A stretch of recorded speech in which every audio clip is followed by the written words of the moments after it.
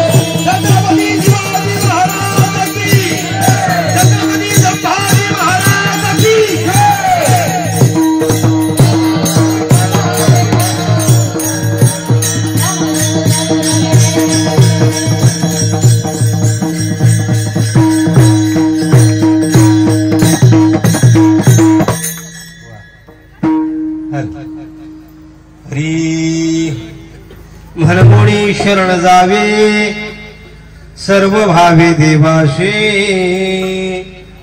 तो हा उतरील पार भवदुस्तरणधीचा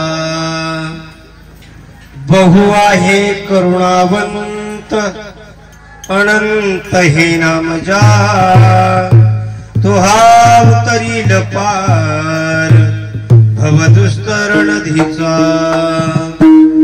तुका म्हणे साक्षी आले तरी केले प्रगट तो हा उतरील पार भवदुस्तरणधीचा नमो सद्गुरु तुकया ज्ञानदीपा नमो सद्गुरु सच्चिदानंद रूपा नमो सद्गुरु भक्त कल्याण मूर्ती नमो सद्गुरु भास्करा पूर्ण कीर्ती विठ्ठला विठ्ठला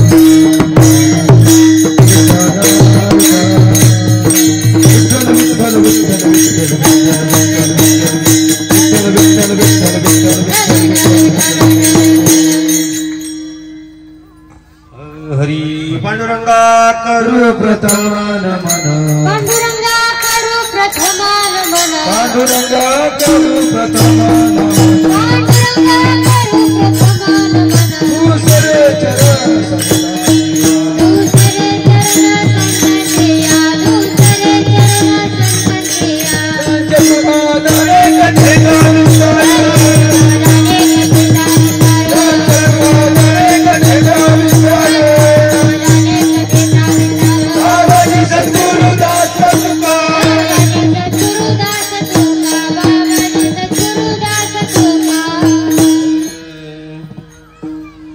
पांडुरंगा करू प्रथमण मन दुसरे चरण संतांच्या त्यांच्या कृपादाने कथेचा विस्तार बाबाजी सद्गुरु दास तुका अलंकापुरी रम्य सिंहासनस्थं पदांबुजतेजं शूर्णिकं प्रदेशं इन्द्रादिदेवे सदा स्तूयमानं समाधिस्थमूर्तिं भजे ज्ञानदेवं नमो ज्ञानेश्वर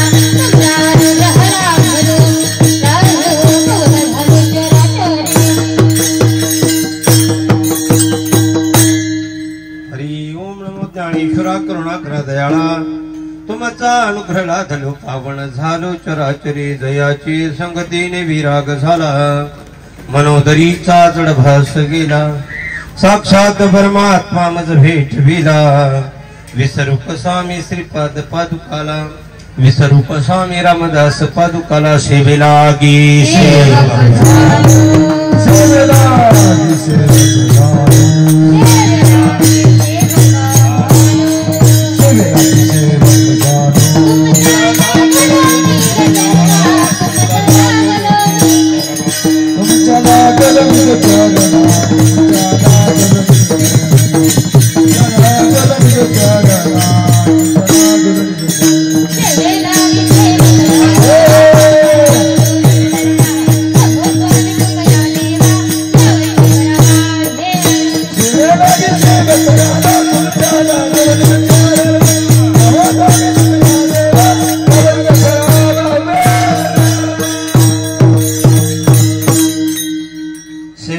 सेवक झालो तुमच्या लागलो निज चरणा अहो स्वामी तुकया देवा यावरी न करावा भेर विठ्ठला विठ्ठला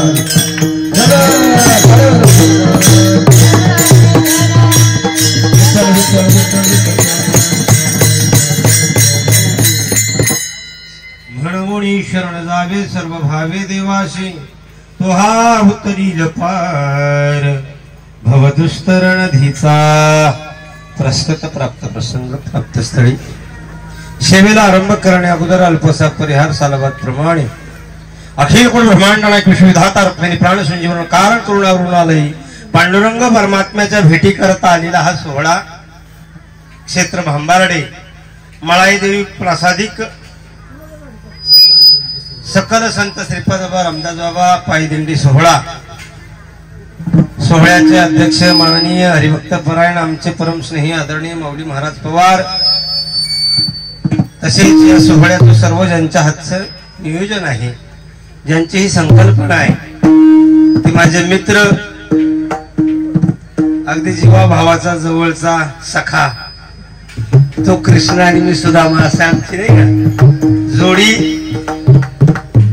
तुमचे सर्वांचे आपल्या सर्वांचे परिचयाचे आपले सर्वांचे आधारस्तंभ आदरणीय हरिभक्त परायण गुरुवर्य दयानंद महाराज पवार यांच्या मार्गदर्शनाखाली हा सोहळा पंढरपूर क्षेत्र येऊन विसावलेला आहे.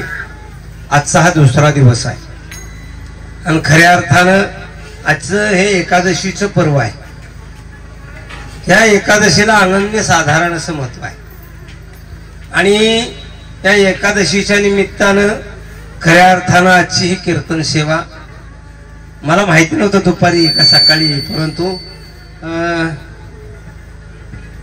सेवा मिळाल्यानंतर केली पाहिजे बरोबर का नाही कारण सेवा केली की काय मिळतो मेवा मिळतो हे का नाही. आज आपण सर्वजण सेवा करत इथपर्यंत आलेलो आहे पांडुरंगाच्या दरबारामध्ये. खऱ्या अर्थानं 365 दिवसामध्ये हे 15 दिवस तुम्ही सेवेमध्ये घालवले याचा मेवा तुम्हाला तुमच्या प्रपंचामध्ये तुमच्या संसारामध्ये मिळणार याच्यात तीळ मात्र शंका नाही. विठ्ठल विठ्ठल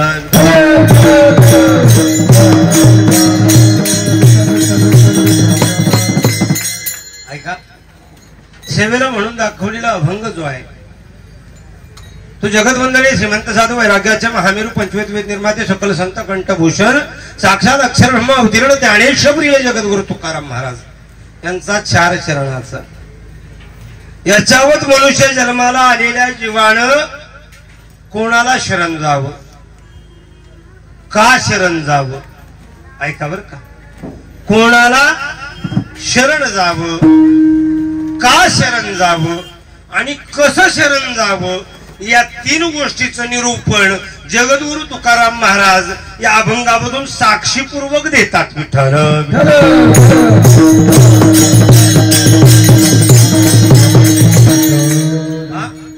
भगवान परमात्म्याचा आज हा सोहळा आषाढी वारी आहे आणि आज आपण इथं सर्वजण आलोय.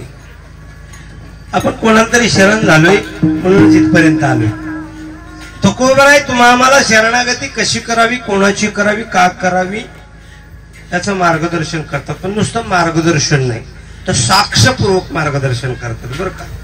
कारण पहा कोणतीही गोष्ट ज्यावेळेस कोर्टामध्ये जाते ना खटला चालू होतो ना त्यावेळेस तिथं कशाला महत्व असतं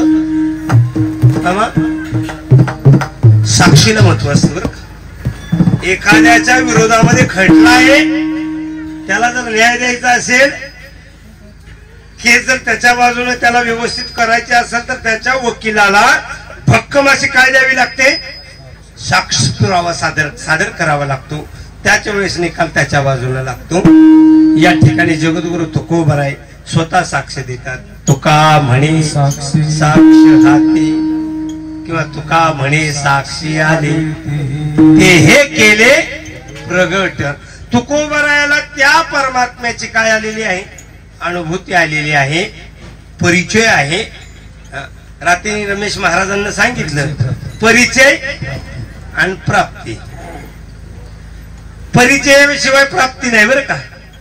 परिचयाशिवाय तुमची ओळखच नाही तर प्राप्ती कुठून होणार आहे. म्हणून आधी परिचय नंतर प्राप्ती. ऐका राजा हो जगद्गुरु तुकोबरायाला त्याची ओळख झाली.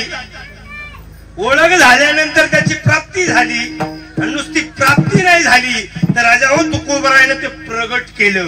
तुम्ही आम्हाला सांगितलं की दादानो माणसाच्या जन्माला आलाय कोण्या कुत्र्याच्या नाही डुकरा खोकडा माकडाच्या नाही कोणाच्या जन्माला आलाय? माणसाच्या जन्माला आलाय. आणि म्हणून बघा जगद्गुरु तुकोबाराय शब्द प्रयोग करतात. काय? म्हणून काय करा तुम्ही? शरण जा. म्हणून शरण जावी. कोणाच्या जन्माला आलाय? माणसाच्यावर. कारण हे ज्ञान इतर योनीला नाही. कोल्या कुत्र्याला, डुकरा, खोकडा, माकडाला, गाई, म्हशीला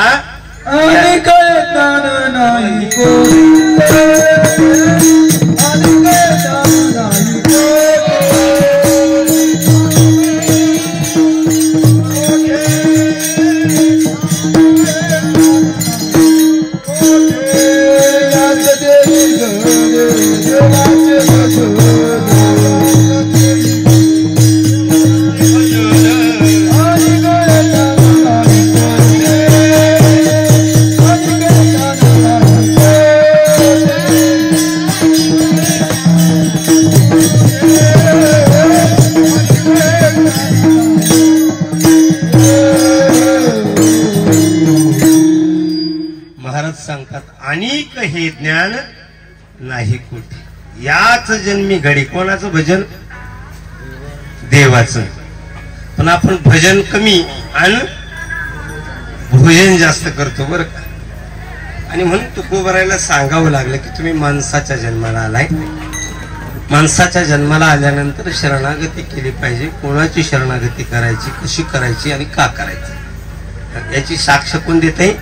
तुकोबाराय. अभंग तुकोबारायचा आहे. पहा मी नेहमी सांगत असतो अभंग म्हणजे कुणी एखाद्या कवीने लिहिलेली माळावली कविता नाही. ऐका बरं. अभंग म्हणजे कोणी एखाद्या गीतकाराने चित्रपटामध्ये लिहिलेलं गीत म्हणजे अभंग नाही. अभंग ज्याला कधीच लागत नाही भंग त्याचं नाव अभंग.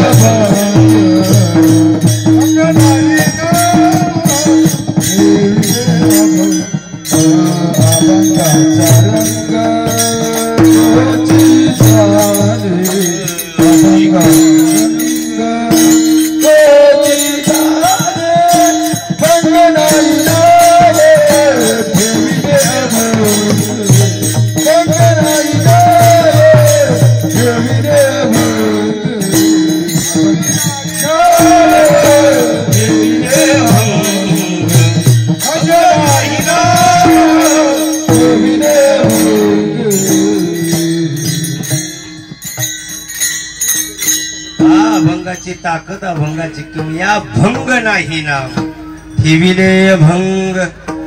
ज्याला कधीच लागत नाही भंग त्याचं नाव काय? या डोळ्यानं जे जे दिसतं ना बरं का, या डोळ्यानं जे जे दिसतं ते सारं भंग पावणार आहे बरं का. अभंगाची किमया, अभंगाची ताकद ते शब्द नाहीत, साक्षात ब्रह्म आहे बरं का. या जीवानं कंठामध्ये प्रेमयुक्त जर ते अभंग अडवले तर जगाच्या मालकाची कृपा होते. त्याचं नाव भंग आहे बरं. जगाच्या मालकाची कृपा होते आणि त्याची कृपा व्हावी म्हणून प्रयत्न करावा बरं का. कोणाची? जगाच्या मालकाची. आणि ती कृपा होते कशामुळं? अभंगाला हृदयामध्ये कंठामध्ये प्रेमयुक्त आळवल्यानंतर. म्हणून अभंगाची किमया फार मोठी आहे. अरे त्या अभंगाच्या संगतीमध्ये मी नेहमी सांगतो दगड आले. दगड कोण आले? दगड कोणाला म्हणतात हो? जे जागची हालत नाहीत ते, जे तोंडाने बोलत नाहीत ते, जे हाताने टाळी वाजवत नाहीत ते, जे कीर्तनाला येत नाहीत ते, जे वारीला येत नाहीत ते. हा दगड. ऐका बर का. पण ते दगड माझ्या तुकोबारायच्या अभंगाच्या संगतीत आले. बघा संगतीला फार महत्व आहे बर का. जड दगड सहित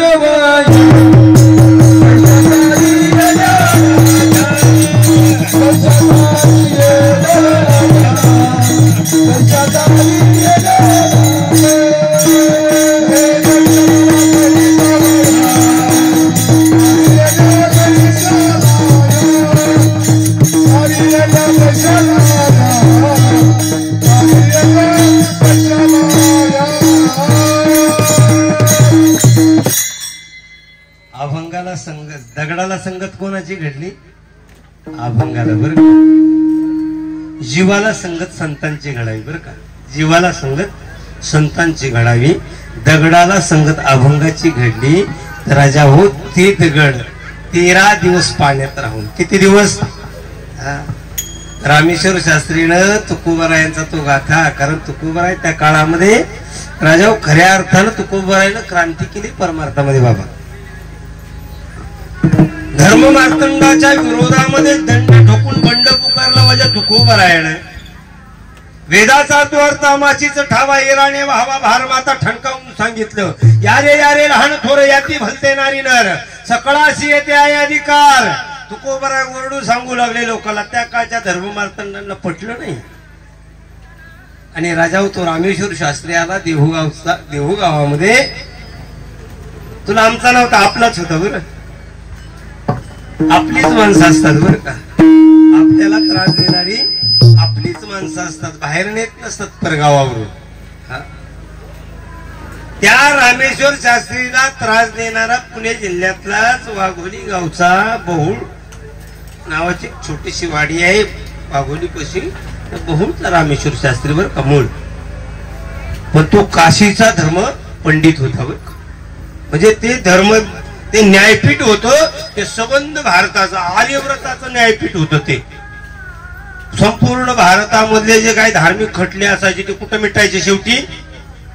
काशीला. त्या काशीचा धर्मपीठाचा तो न्यायाधीश रामेश्वर शास्त्री बोलावून घेतला. आणि तुकोबरायचा गाथा. तो रामेश्वर शास्त्री तुकोबरायच्या जवळ आला. म्हणला ए तुक्या, मला खरं सांगा त्या काळामध्ये माझ्या तुकोबरायला महाराज कोणी म्हणलं असं? आपलं बरं आहे माऊली महाराज आहे का नाही. आपलं धोतर घातलं, नेहरू घातला, फेटा घातला, एका अभंगावरती कवर बी कीर्तन केलं.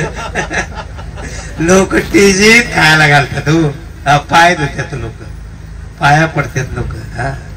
घासातला घास लोक चारतात. त्यावेळेस तुकोबरायला पुरी महाराज म्हणलोय येडा म्हणायचे. येडा. आणि येडा त्याला म्हणतात बरं का जो कोणाच्या वायक्या पाचोळ्यावर पाय देत नाही, जो कोणाच्या आध्यात नाही, जो कोणाच्या मध्यात नाही. त्याला काय कोणाचं घेणं देणं. तू सगळ्यांचं चांगलं इच्छितो आणि जगाच्या मालकाची सगळ्यावर कृपा व्हावी असं ज्याला वाटतं लोक त्याला काय म्हणतात? येडा म्हणतात. ज्याला संसार कळत नाही.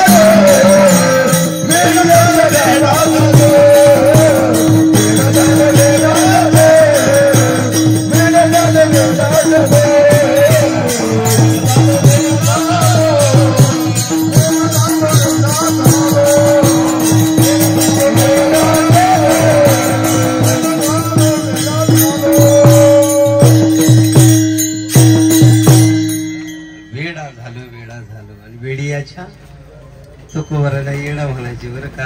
रामेश्वर शास्त्री आला, आवाज दिला बरं का. हे तुक्या. तुकोबराय सटकन बाहेर आले, हात जोडले. म्हणजे शास्त्री बुवा आपण गरीबाच्या दारामध्ये येण्याचं कष्ट.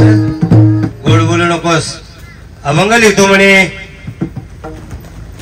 मी नाही लिहित, तू मालक करून घेतो.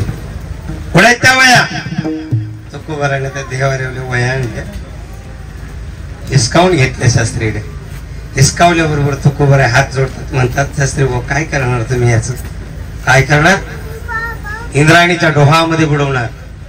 असं म्हणल्याबरोबर तुकोबराय गलित गात्र झाले, अंगाचा थरकाप उडाला. पायाखालची जमीन सटकली. तुकोबरायच्या टचकन डोळ्याला पाणी आलं. तुकोबराय हात जोडतात. शास्त्रीला म्हणतात, शास्त्री ऐका ना, नका ना असं कर. कधी प्रपंचाकरता मागितलं नाही, कधी बायका पोराचा विचार केला नाही. त्या जगाच्या मालकाकरता जगलो. त्या जगाच्या मालकाचं गुणवर्णन या वह्यांमध्ये लिहिलंय. हो, माझं काहीच नाही याच्यामध्ये, आणि तीच माझ्या आयुष्याची पुंजी. ऐका ना, नका असं काय करू. शास्त्रीनं ऐकलं नाही बरं का. शास्त्री ताड ताड ताड ताड पावलं टाकत इंद्रायणीच्या दिशेने निघाला. तुकोबराय मागे धावतात बरं का. तुकोबराय मागे धावतात, विनंती करतात, शास्त्री बुवा ऐका ना, ऐका ना, नका ना, नका ना. तुम्ही सांगा या तुक्याला, या वडाच्या झाडाला फाशी घे, फाशी घे. तुम्ही सांगा इंद्रायणीच्या डोहामध्ये उडी टाक, उडी टाक. तुम्ही ऐका, पण माझ्या वह्या नका पडू. माझ्या अभंग आहेत ते नका पडू. नाही ऐकलं. शास्त्रीनं गेला आणि त्या वह्याला जेव्हा इंद्रायणीच्या डोहात टाकणार तेवढ्यामध्ये मंबाजी म्हणतो, बुवा अशा नका टाकू. हा तुक्या साधा दिसतो असा नाही, त्याला भानामध्ये येते. पुन्हा वह्या आणील तो. एक काम करा, या वह्यांना दगड बांधा. दगड मी काय सांगत होतो मग अशी, हा दगड बांधा.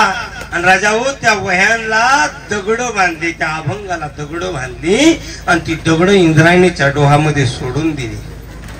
असं झाल्याबरोबर ऐका बरं का, तुकोबराय मटकन खाली बसले. एका शिळीवरती, एका दगडावरती बसले. बघा, अभंगांची संगत दगडाला झाली, तुकोबरायची संगत दगडाला झाली. ऐका बरं का, ज्या ठिकाणी तुकोबराय बसले तिथंही दगडच होता. त्या दगडावरती तुकोबराय झाले, दगडा सारखे झाले. शिळा झाली तुकोबरायची. डोळे मटकळ बंद झाले. खळखळ खळखळ डोळ्यातून नुसत्या धारा वाहतात. मौन आहे, कोणाशी बोलत नाही, डोळे उघडत नाहीत. 1 दिवस 2 दिवस 3 दिवस 4 दिवस तब्बल 13 दिवस तुकोबराय अन्न पाणी घेत नाहीत. बरं, नुसते तुकोबरा नाही तर तुकोबरायचा मुलगा, मुलगी, बायको, भाऊ, भाऊजे, अख्खं कुटुंब तुकोबरायचं उपवास आहे 13 दिवस.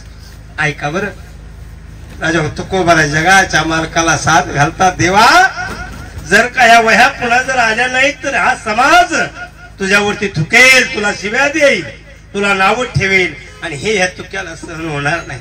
ऐक ना देवा, माझ्यासाठी नाही. अरे जे हरी धरिला म्हणी संसारावरी सोडिले पाणी. अरे अंतःकरणामध्ये तुला धारण केलं, संसारावर तुळशी पत्र ठेवलं.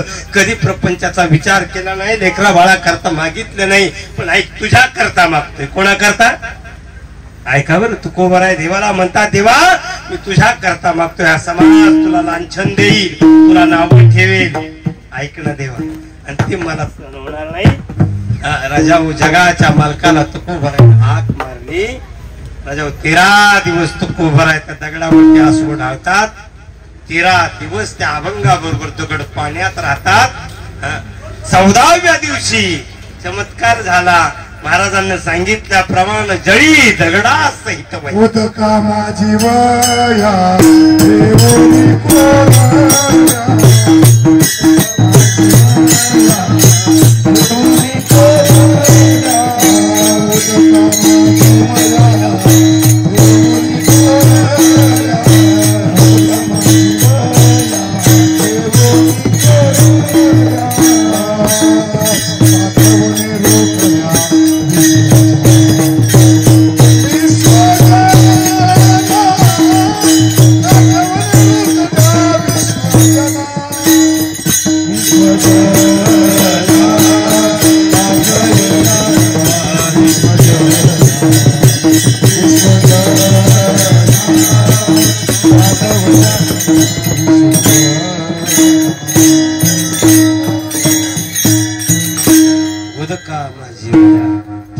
कोवया.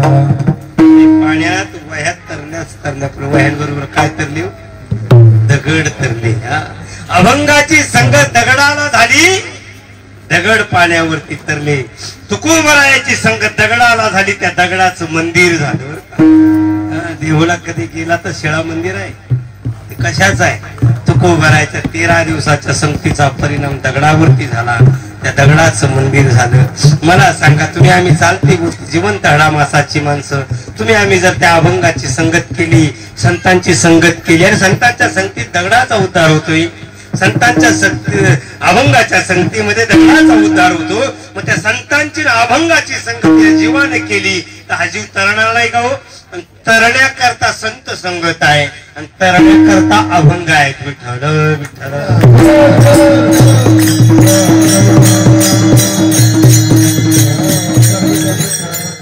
म्हणून संत त्या अभंगाच्या माध्यमातून तुम्हाला आम्हाला सांगतात बरं का, शरणागती करा.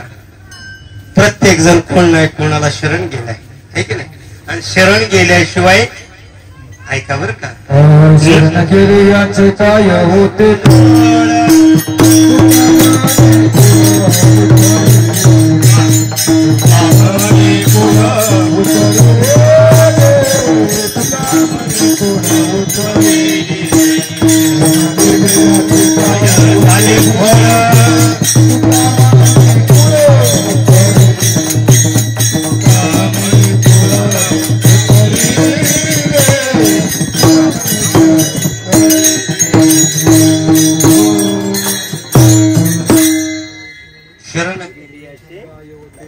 काय होते फळ तुका म्हणे कुळ शरणागती. पण कोणाची करावी यालाही महाराज कारण महत्व आहे बरं का. कोणाची शरणागती करून उपयोगाचं नाही बरं. योग्य ठिकाणी शरण गेलं पाहिजे. कुठं? योग्य ठिकाणी. अयोग्य ठिकाणी शरणागती झाली तर फजिती होते बरं का महाराज. पैसता संताचे संग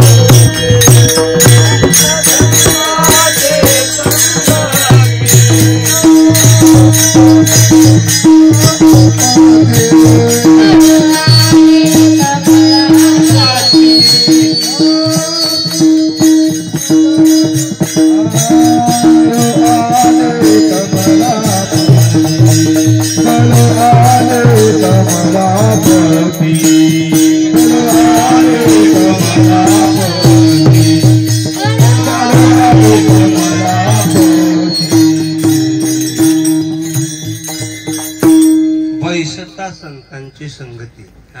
त्याच वेळेस बर का कळू आले कमळापती. तसा तो कळणार नाही.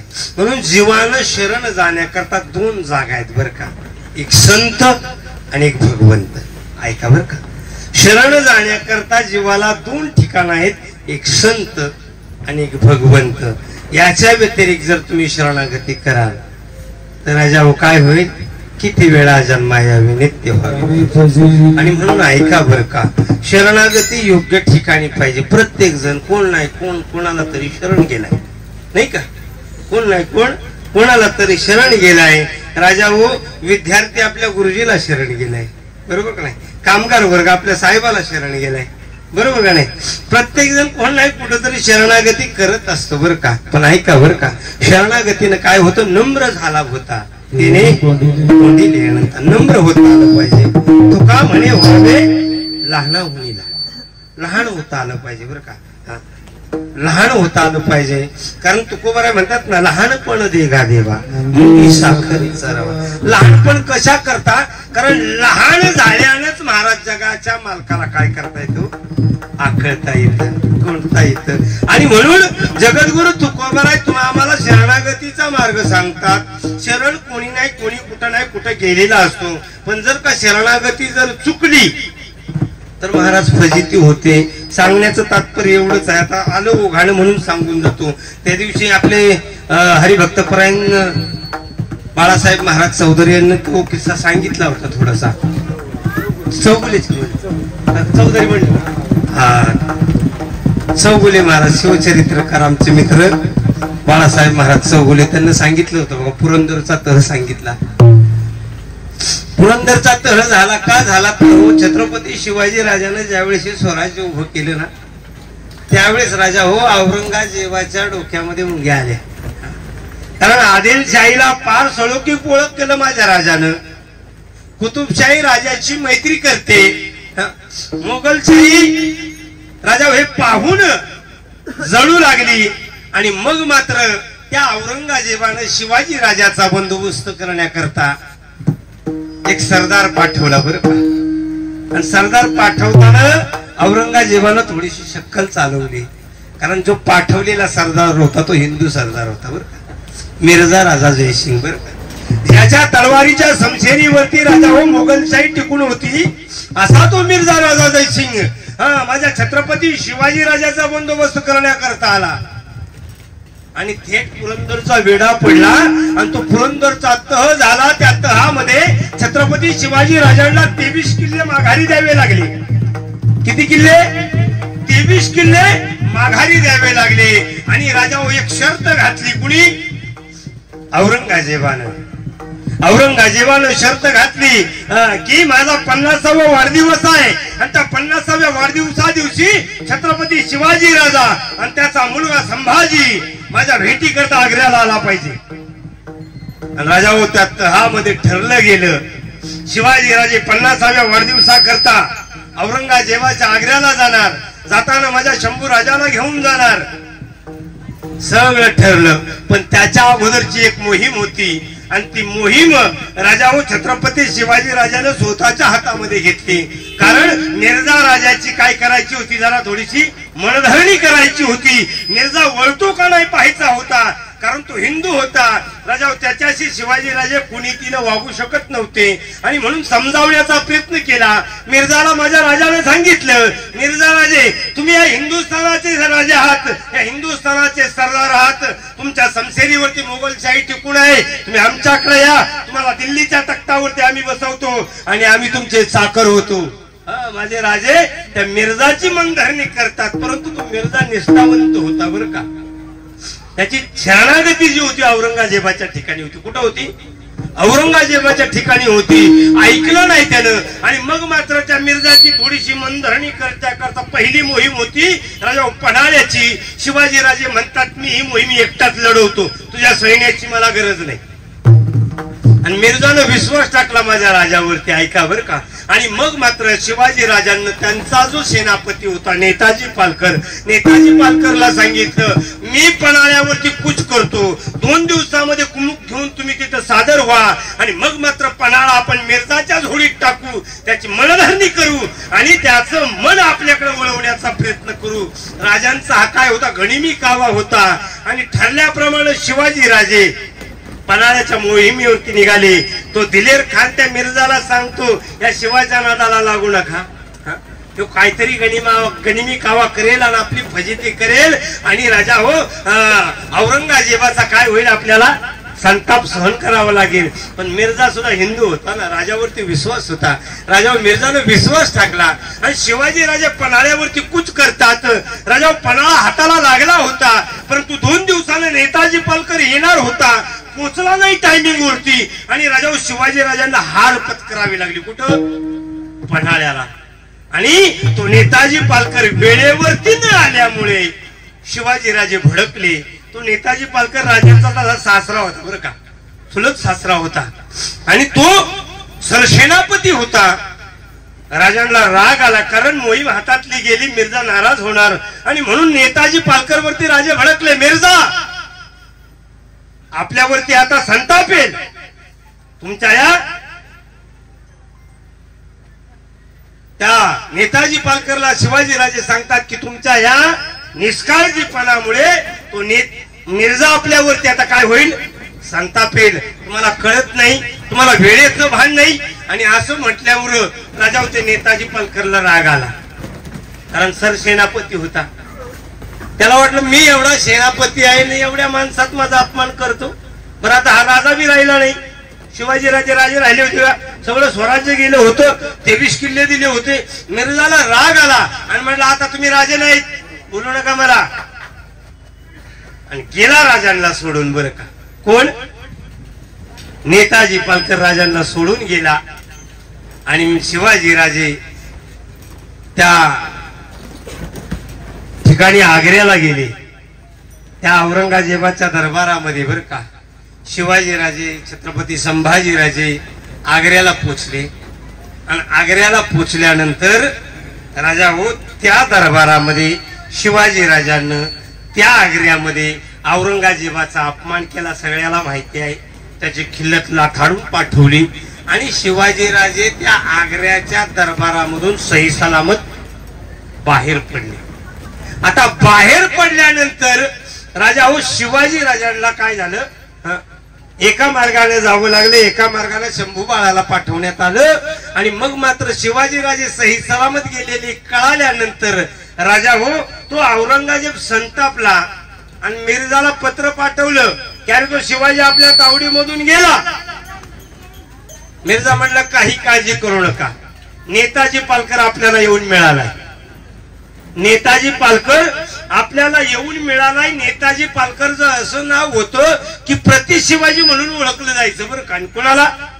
नेताजी पालकरला. दुसरे शिवाजी त्याच्या समशेरीची एवढी धाक होती की राजा 5-5 राजा आघाड्या सुद्धा त्या नेताजी पालकरला घाबरत होत्या.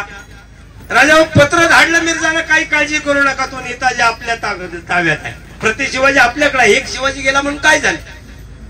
आणि राजा तू नेताजी पालकर शिवाजी राजांना सोडून कोणाकडे गेलता? औरंगजेबाकडे गेलता. आणि राजा त्या औरंगजेबानं त्या नेताजी पालकरला कैद केली. काय केली? कैद केली. शिवाजी राजांना सोडलं. शरणागती औरंगजेबाची केली. मला एकच सांगायचंय, त्या शरणागतीमुळे काय झालं, औरंगजेबाची शरणागती केली आणि त्या नेताजी पालकरला कैद झाली.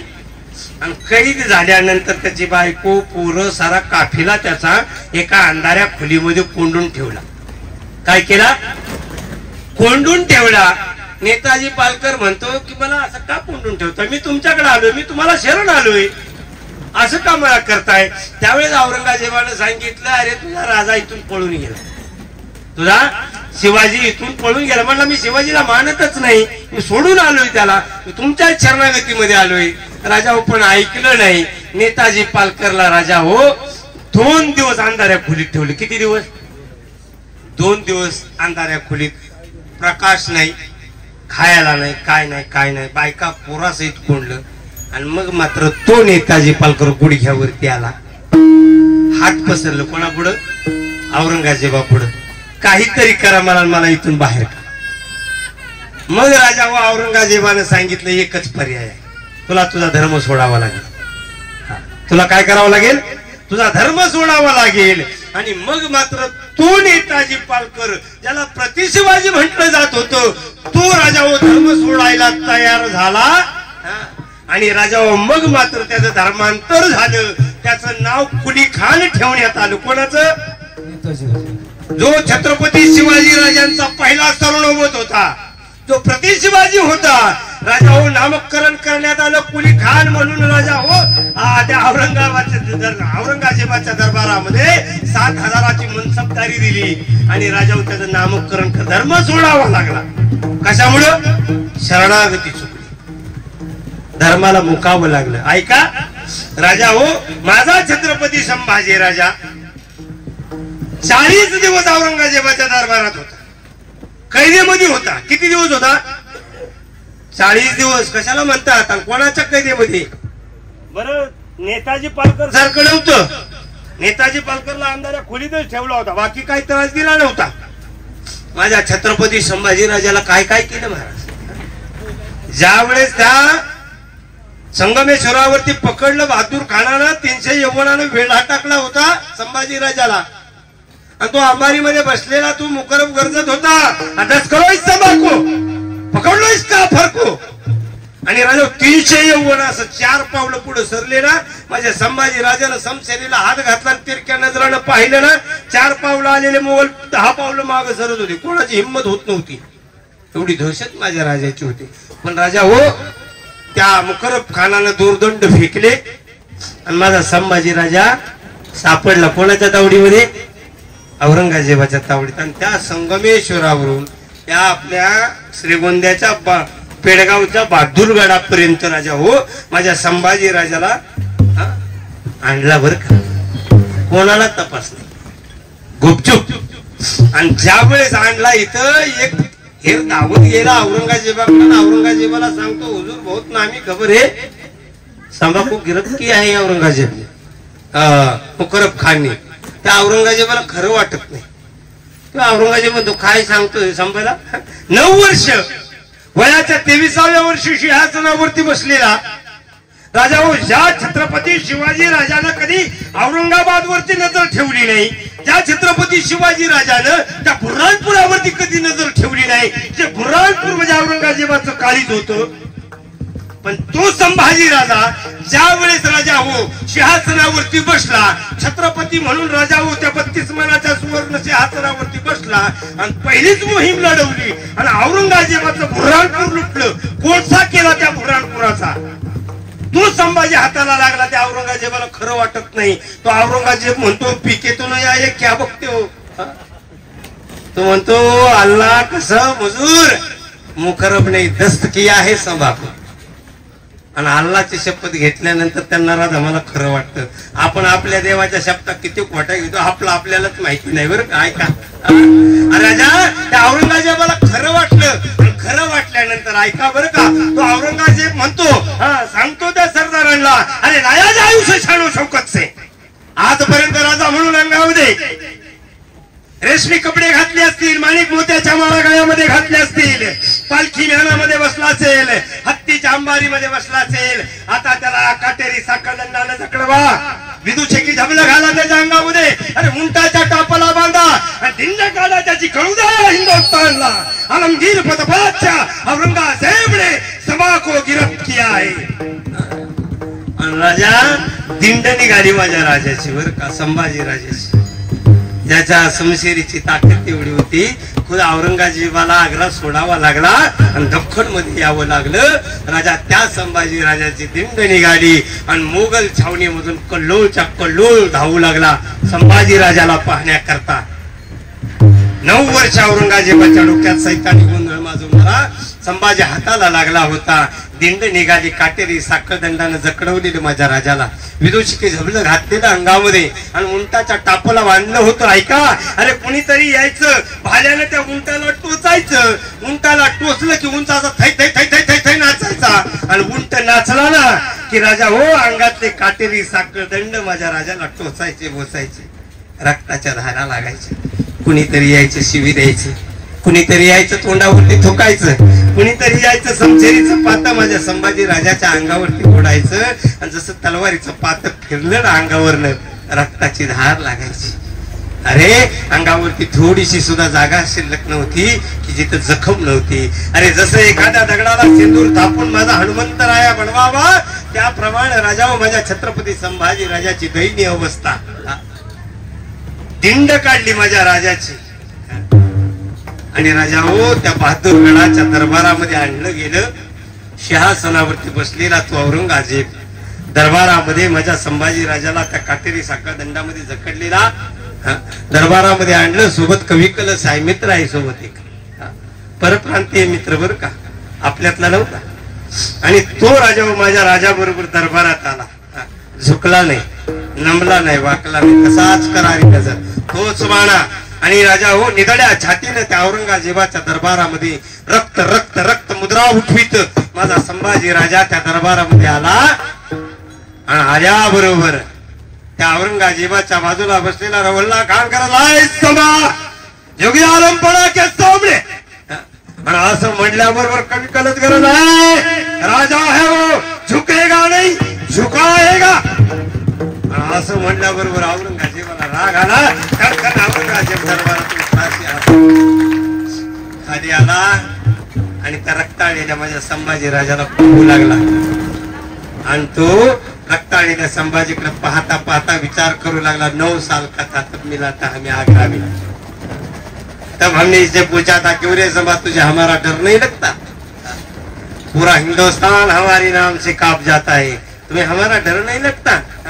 तब इस काफिर ने जवाब दिया था हमें किसी का डर नहीं लगता, लेकिन हमारी वजह से सबको डर लगता. आम्ही कोणाला भीत नाही पण आमच्यामुळे लय भीतात. असं म्हणल्याबरोबर खामोश. औरंगजेब बरं 4-2 प्रश्न विचारले. धर्मांतर नाही केलं माझ्या राजाने. ऐका, शरण गेला असता तर वाचला असता माझा राजा. औरंगजेबाला शरण गेला असताना वाचला असता, पण राजा हो शरण गेला नाही. राजा हो मरणाला सामोरा गेला. किती दिवस. अरे त्या औरंगजेबाने सांगितलं अरे लेके जाओ इसे हमारी नजरों से, इसकी आंखें हमें बहुत जलाती है, लेके जाओ इसे हमारी नजरों से, इसकी जबान बहुत बोलती है, जबान कर दो आंखें निकाल दो. आणि राजा हो माझ्या संभाजी राजाला नेण्यात आलं. तप्त सळया राजा लाल बुंद झालेल्या सळया माझ्या राजाच्या डोळ्यामध्ये घातल्या. राजा हो सांडशीनं माझ्या राजाची जीभ अशी बाहेर ओढून तलवारीचं पात मारलं.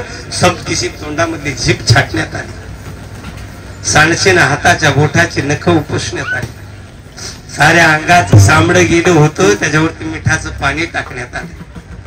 शेवटी हात तोडले, पाय तोडले. पण राजा माझा झुकला नाही, राजा माझा नमला नाही. अरे राजा हो राजा झुकला असता, शरण गेला असता, वाचला असता, पण तुमच्या आमच्या करता, या हिंदू धर्माकरता आपण छत्रपती शिवाजी राजांचे पुत्र आहोत. आपल्यावरती मासाहेब आऊसाहेबांचे संस्कार आहेत. आपण या रयतेचे दुसरे छत्रपती आहोत. झुकणार नाही, नमणार नाही. अरे कापली जरी जीभ तरी प्राणाची भीक त्यानं मागितली नाही. अरे काढले जरी डोळे तरी नजर कोणापुढे झुकवली नाही. अरे छाटले जरी हात तरी हात कोणापुढे फैलावले नाहीत. आणि तोडले जरी पाय तरी गुडघे कोणापुढे टेकले नाहीत. आणि म्हणून एकच माझा राजा झाला, तो म्हणजे या कलियुगामधला पहिला धर्मवीर म्हणून जन्माला आला. का धर्म पर मिटने वाला, देश धर्म पर मिटने वाला, शेर शिवाचा वाटा. पराक्रमी पराक्रमी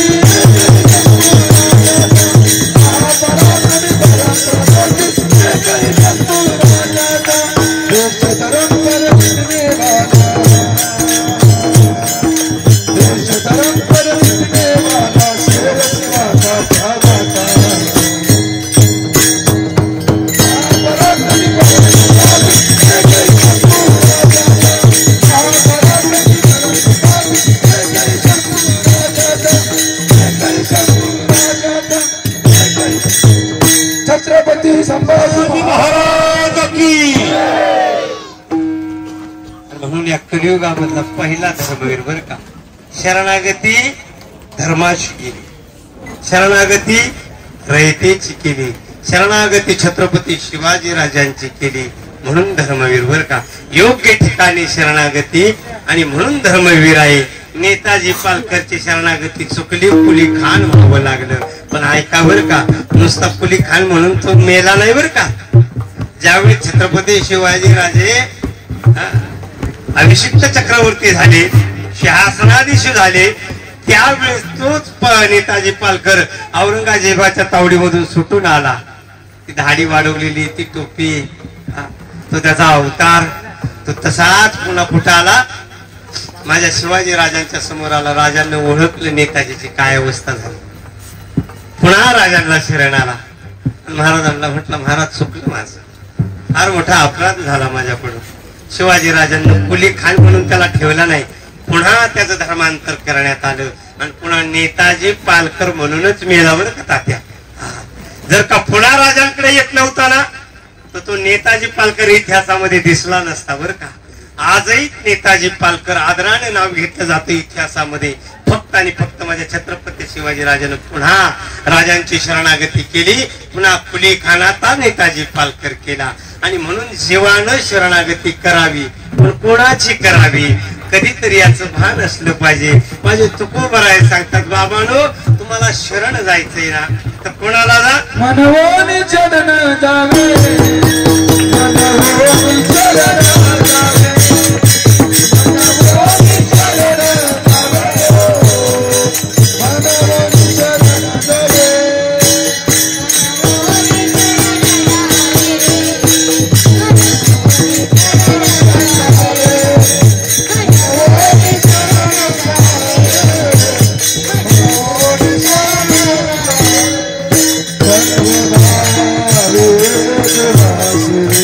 सर्व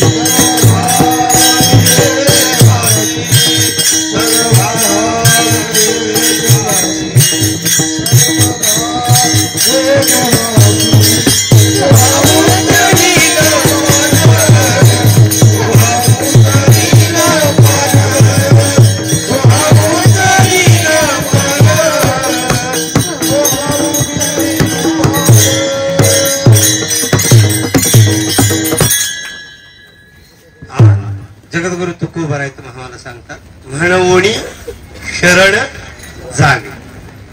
पहिल्यांदा सांगितलंय कसं जायचं आणि नंतर सांगितलंय कोणाला जायचं. ऐका बरं का, पहिल्यांदा सांगितलंय कसं जायचं, सर्व भावी. ऐका बरं का, कसं जायचंय, सर्व भावी. सर्व भावी म्हणजे कसं, सर्व भावी म्हणजे अगदी सोपं सांगतो बघा. सर्व भावी म्हणजे पूर्ण अंतःकरण अनन्य भावानं अंतःकरणामधले सगळे विकार विचार बाजूला ठेवून सगळा प्रपंच दूर लोटून अंतःकरणापासून त्याला शरण जाणं म्हणजे सर्व भावी. ऐका बरं का, भाव हा शब्द परमार्थामध्ये फार महत्वाचा आहे. आता टाइम झाला ना, किती वेळ, आता काय थोडं सांगू अजून थोडस वेगळं. चरित्र काहीतरी शिवचरित्र सांगायचं म्हणून, नाहीतर अभंगावरती बोलायचं म्हणलं नाही का, हे जरा इतिहास सांगायचं म्हणल्यावर सांदा जोड करायला लागते कुठंतरी, असं काहीतरी विषय काढून बोलावं लागतं. आता जरा ओघानं आलं होतं शरणागती म्हणून ते शरणागतीचं सांगितलं. उगाच काहीतरी सांगण्यात बी मजा नाही का नाही, वडून ताडून सांगण्यात मजा नाही. तर कुमार सांगतात शरण जायचंय. काय करायचंय, शरण जायचंय. पण कसं जायचंय, सर्व भाव. भाव शब्दाला फार किंमत आहे बरं का. भाव शब्द संसारात आहे, भाव सर्व शब्द परमार्थात आहे. भाव शब्द संसारात मी नेहमी सांगत असतो, पण परमार्थात आहे.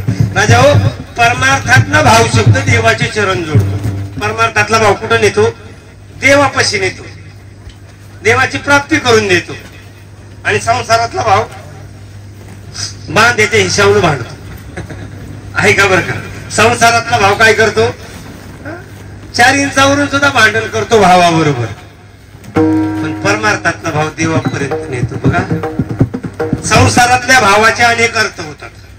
संसारातल्या भाव या शब्दाचे काय होतात, अनेक अर्थ होतात. जसं एका आईच्या पोटी जन्माला आलेले दोघे सख्खे रक्ताचे सख्खे भाऊ, बरोबर का नाही.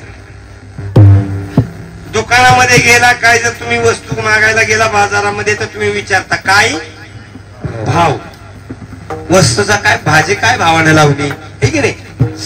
अजून एक दुसरा शब्द आहे, आपल्या जमिनीला आला भाव. जमिनीला काय आला, तुमच्याकडे आहे ना बांबरड्याला रांजणगावला चांगला भाव आहे. आमच्याकडे बी आलाय, आता आमच्या डोंगराला आलाय. आमच्या मांढरदेवीच्या डोंगराला गुरु उभी राहत नाहीत बरं का. आता चालता येत नाही गुरांना, माणसाचं सोडा गुरांना चालता येत नाही. तो डोंगर आता 3 लाख रुपये एकरानं चालू. डोंगर किती, 3 लाख. म्हणजे जमिनीला काय आला भाव. आणि जमिनीला भाव आला म्हटलं की सक्के भाऊ पक्के वैरी. आणि बरं भावानं जमीन इकली म्हटलं, हक्क सोडीसाठी बहीण आलीच बांगड्या सारून. आहे की नाही, हाय चालू आहे की नाही सांग. आमचं मी नेहमी सांगतो, आमची सख्खी आत्या आहे बरं का, शिरवळ मध्ये, तिला 6 कोटी रुपये मिळालं होतं. किती, 6 कोटी रुपये जमिनीचं मिळालं होतं. आता तिला एकच नणंद होती आणि तिचा नवरा, 2घच जण. मग आपलं ते आमचं मामा काय म्हटलं की फणीला आपलं काहीतरी देऊ आपण नाही का, म्हणून ते बायकोला आमच्या आत्याला सांगून 1 कोटी रुपये तिला द्यायचं ठरलं. कोणाला, बनीला. खुशीनं भाव बी त्याचा उदार असावा नाही. भाव चिरकुट मिळालं, 6 कोटी रुपये द्यायचा नाही म्हणलं, मग काय फायदा आहे. जर समजा 10-5 एकर सोडवणूक करून घ्यायची बहिणीकडून, खुशीनं 4 दूध तुला घातलं पाहिजे. होय ताई, नको ऐका, म्हणजे सांगायचं तर काय, 1 कोटी रुपये द्यायचं म्हटलं बरं का. ते 1 कोटी रुपये द्यायचे म्हटले. आणि तुम्हाला सांगतो, खरी गोष्ट सांगतो बरं का, हे सांगण्याची गरज आहे. आणि राजा हो, ती बहीण सुद्धा म्हणली, दादा अरे तू आमचा प्रपंच सगळा पाहिला, नवरा माझा नाही का, लग्न झालं, 2 लेकरं झाली, नवरा वारला, तेव्हापासून तू माझा प्रपंच पाहिला, लेकरांची माझ्या लग्न केली, सगळं काय जिथल्या तिथं करून दिलं. काय तुझ्या पैशाला मला करायचं, नको मला पैसे, काय रुपये सुद्धा नको असं म्हटलं. आणि भाचा बी तसंच म्हणला बरं का. भाचा बी म्हणला की मामा मला काय पैसे नको, काय नको. पण 3 पुरी होत्या. कोणाला, त्या बाईला. भाव पैसे मागायला, पण आता ज्या आईला पैसे मिळणार होते त्याच्या 3 पुरी होत्या. ती घेतली, 1 जण म्हटली आईला, घरी आणली आणि म्हटली अगं एवढं पैसे मिळतात का सोडते तू, तसं तर 3 कोटी घ्यायला पाहिजेत, पण 1 कोट का व्हायला, पण घे ना तू. आई म्हटली नको मामा, एवढं पाहिले आपलं नाही का, काय करायचं त्यांचं. नाही म्हटली, मग काय होते तेव्हा एवढे मिळाले. आणि राजा होत्या आईला लेकीनं फुस म्हणजे नाही का फुस लावली आणि होत तसं पुरीच ऐकते म्हाताऱ्या आहे का नाही. स्वतःचा प्रपंच नाही ठेवत पण भावाच्या प्रपंचात ढवळाट ओळखीच भाऊ. ऐका ना मला काय म्हणायचे ती फुस लावली ते म्हातारीला फुस लावल्या काय आलं 1 कोटी रुपये म्हातारीने घेतलं बरं. आता घेतलं तर ते फक्त एकीनेच घेतलं. त्या 2 बहिणीला माहिती नाही भावाला माहिती नाही आणि सवा काय 4-8 दिवसानं कळालं की एकीनं पैसे नेल्याचं आणि मग त्या तिघात भांडणं चालू झाली. कोणात एक भाव आणि त्या 2 बहिणी आणि एवढी कळवट कोर्टापर्यंत कळवट की पैसे कोणाचं म्हातारीच आणि या तिघीनं राजाव त्याच्यावरती हक्क दाखवला आणि अजून त्यांची केस चालू कोर्टामध्ये. सांगायचे मला एवढंच अरे मेलं की गेलं बुचकी लागलं ठसका लागला की जागा सोडायला लागते आपल्याला बरोबर का नाही. काही किती गाड्या माड्या घोड गाड्या बंगलं सगळं करा जिथल्या तिथं ठेवून जायचंय. आणि ही चोराची धने कोणाची धने चोराची धने बरं काही हे आपण सगळ्याला ठेवतो नाही चोरासाठी ठेवतो आपल्यासाठी नाही. आपल्यासाठी जगणं म्हणजे ही वारी आहे. स्वतःसाठी जगणं वारी आहे. आणि दादा प्रपंच जे करतोय ना आपण तो प्रपंच सगळा चोरासाठी चाललाय. हा लेखासाठी करताय का नाही. तू लेख संपलं याची गॅरंटी आहे का. बरं ती लेखाची बायको येणार आणि हक्क दाखवणार कोणाची सून आपली.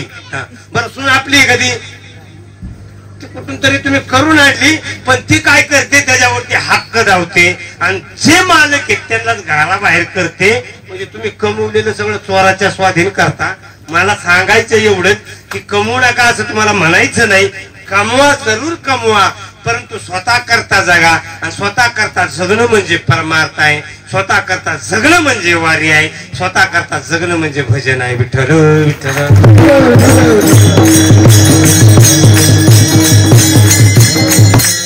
आणि म्हणून सर्व भावे कोणाला शरण जायचंय देवाला शरण जायचंय. आता घेतो युटर्न जाऊ द्या मोरद्या कुठं देवाला शरण जायचंय. पहिलं कसं सर्व भावे शरण जायचं. शरण कोणाला जायचं देवाला जायचं. आता का जायचं बरं का जायचं त्याचं एकमेव कारण आहे की या जन्म मरणाच्या राडगाडग्यामधून या दुस्तर अशा नदीमधून पार करणारा तोच एकमेव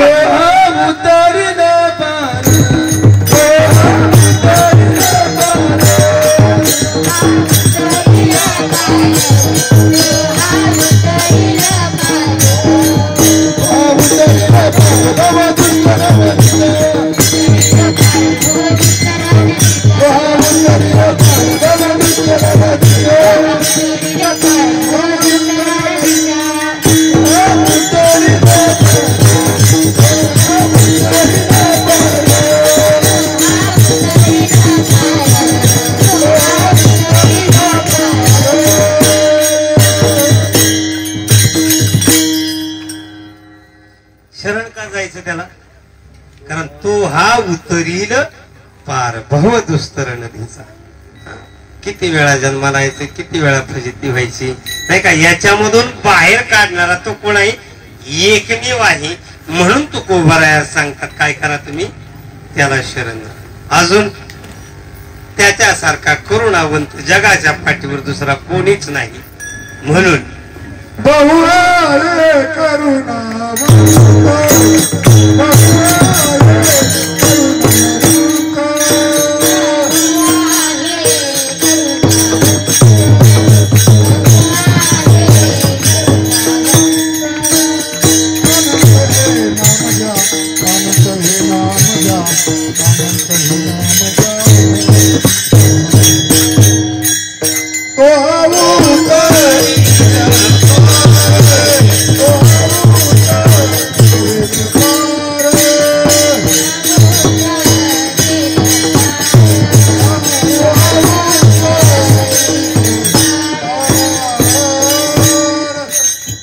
दुसरं कारण सांगितलं म्हणवणी शरण जावे बहु आहे करुणावंत.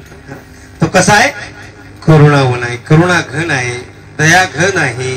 राजा हो त्याच्याकडे कोणत्याही भावनेनं जा तो तुमचा उद्धारच करणार. अट्ट एवढीच आहे फक्त त्याच्याकडे जा.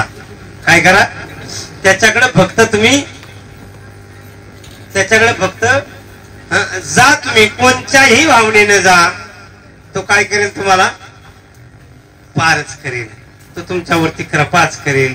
आणि म्हणून तो कोबराय सांगतात. म्हणून तुम्ही काय करा, त्याला शरण जा, कारण तो हा उतरील पार भवदुस्तर नदीचा, म्हणून शरण जावे बहु आहे करुणावंत.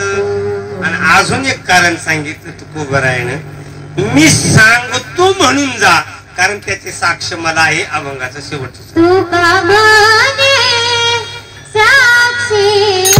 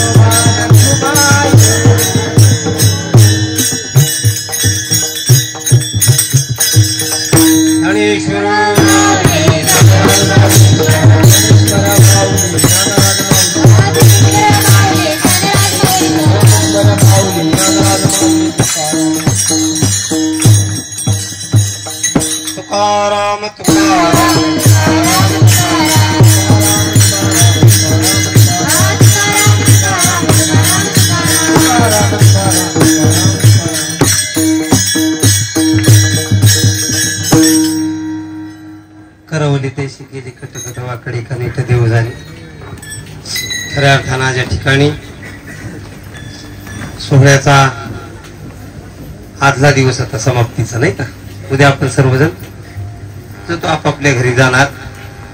आज या ठिकाणी एकादशी निमित्तानं खऱ्या अर्थानं सोहळ्याच्या कमिटीनं सर्वांना मला या ठिकाणी कीर्तनाची सेवा दिली त्याबद्दल तुम्हा सर्वांचं मनपूर्वक आभार व्यक्त करतो. सोहळ्याचा नियम असते बऱ्या ठिकाणी. सोहळ्यात चालला तरच कीर्तन, नाही चालला तर कीर्तन नसते असं म्हणजे नियमी सोहळ्याचं प्रत्येक ठिकाणीच आहे तसं. आता त्या चांगावटेश्वर मध्ये माझं कीर्तन असतं. 2 दिवस त्यांच्यात चालतो आणि मग कीर्तन करतो तिथे. तसं म्हणलं आता आपण इकडे 2 दिवस चालावं म्हणजे कीर्तन करण्याचे अधिकारी हो. नाही तर उभं येणार एकादशीला नाही होय. एखाद्याच्या दिवशी येणार आपलं निवांत बाजी राहून मोकट शायनिंग मारून निघून जाणार काय कामात.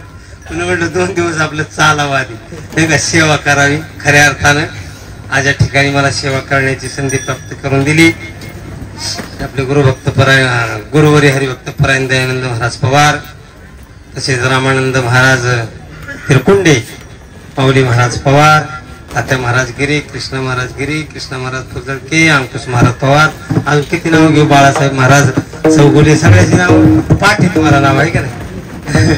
पण तुम्हाला सगळ्यांना कोटी कोटी धन्यवाद देतो. सर्वांना मला या ठिकाणी संधी दिली. खऱ्या अर्थानं मी नेहमी सांगत असतो, आजही सांगतो की जो काही मी आहे तो दयानंद महाराजांमुळे आहे. आज जी काय माझी सुरुवात आहे, पहिले माझ्या अशा झिपऱ्या होत्या, इकडे इकडे केस, ते काय थाट होता काय ताल होता तवाचा. पण ते महाराजांना फसून फसून मला राजाराम बाबा समोर 2 वेळा नेलं आणि तिथून पुढे जीवनाची वाटचाल चालू झाली आणि आजपर्यंत इथपर्यंत येण्याचा योग आला. जरी आता गावाकडे गेलो असलो तरी नाही का नाळ जोडलेली आहे. माऊलीच्या सोहळ्यात चाललो पण कर्म ना तिकडे मला. शेवटी हळूच इकडे निघून आलो.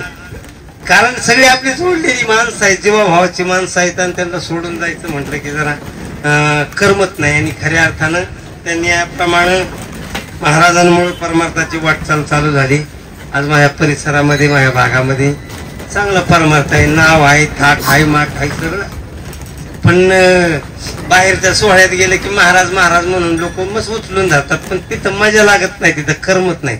इथं आल्यानंतर जसं करमताना गळ्यात पाडणारी माणसं सगळी आपली नाही. म्हणून तर मग तो का म्हणे व्हावे लहान नाही का, मोठ्यापणा काय कामाचं. सगळं घ्यावं आणि सगळं गिळून टाकावं आणि नम्र होऊन राहावं. खऱ्या अर्थानं महाराजांना कोटी कोटी धन्यवाद देतो. आज या ठिकाणी मला सेवा करण्याची संधी दिली. तसेच सगळे आमचे टाळकरी मंडळी नाही का, माऊली महाराज बसले होते पण त्यांना म्हटलं उठा महाराज नाही का, कारण माऊलीला बघून कीर्तन करायची सवय पहिल्यापासूनची.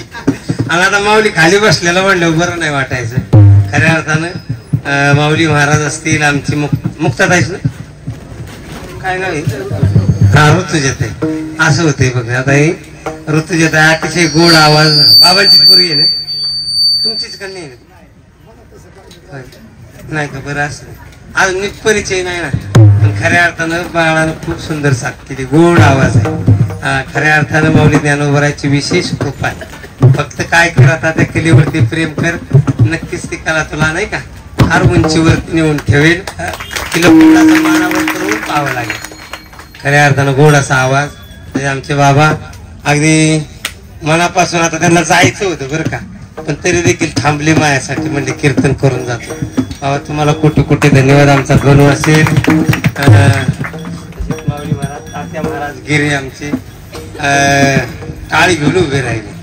अरे मी नाही उभा राहत कधी कोणाच्या कीर्तनात, कारण कधी कधी मग काय महाराज उभा राहिला की माणूस म्हणतो या घ्या चाल म्हणा, आणि मग कुठं फजिती करता आपल्या, आपलं खाली बसलेलं बरं. आणि म्हणून आपला खालीच बसतो काय, कोणी काय कामाला. तात्या महाराज उभे राहिले आणि सगळे आमचे बाळगोपाळ दयानंद महाराजांचे लेकरं, माऊली महाराजांचे लेकरं, अतिशय गोड असा परमार्थ उभा केलेला आहे तुम्हा सर्वांना. आणि आमचे जनाई, मुक्ताई, माझी मीराबाई, माझी राधा, तुमची नाव नाही घेत आता, नाव सगळ्याची माहिती सगळ्या माझ्या एवढ्या 2 तास तुळशी घेऊन उभ्या राहिल्या. किती गोड वाटते. किती 2 तास असं उभं राहायचं. आणि विनेकरी आमचे बाप्पा आवर्जून उभे राहिले. विनायक विशेष प्रेम आमच्यावरती बरं का. आणि बापू तुम्हालाही धन्यवाद देतो सर्व आमचे. आता मला एवढा राग आला होता मग अशी चौघातलं एक सुद्धा नाही इथं. रामहरी महाराज नाही, ऋषी नाही, अंकु नाही, ब्रह्मा नाही. 4 दिवसांत मला असा राग आला होता तर म्हणलं पुढल्या वेळेस यायचंच नाही इकडे. मरून जाऊ कीर्तन म्हणलं की यायचंच नाही. असं काय नाही बरं का. तर मला माहिती तू जाणार नाही कारण तू गेल्यावर तुला माहिती मी काय करेन. ऋषी महाराज ठिकाणी सुंदर अशी मृदुंगाची साथ केली. तुम्हाला धन्यवाद. आणि बाकी आता सगळ्याची नाव घेतलं लई टाइम होते अजून फराळी सगळं नियोजन आहे. सगळ्यांना कोटी कोटी धन्यवाद देतो मामा. आणि या ठिकाणी थांबतो. झालेली सेवा सच्चिदानंद श्रीपाद रामदासोबा आणि ज्ञानोबा राय तुकोबा रायच्या चरणावरती सुपूर्द करतो. जे काही चांगलं असेल ते माझ्या श्रीपाद बाबाचा आहे, ज्ञानोबा तुकोबाचा आहे. आणि जे काही वाईट असेल ते माझ्या बुद्धीत जातोच. माझं मला परत करा. चुकलं मग आपलं पोटात घाला. आणि असंच दरवर्षी बोलवत जावा. येत जाईल मी नाही का. बाबा जावळे बाबा दादा नको होय बर. जे विठ्ठल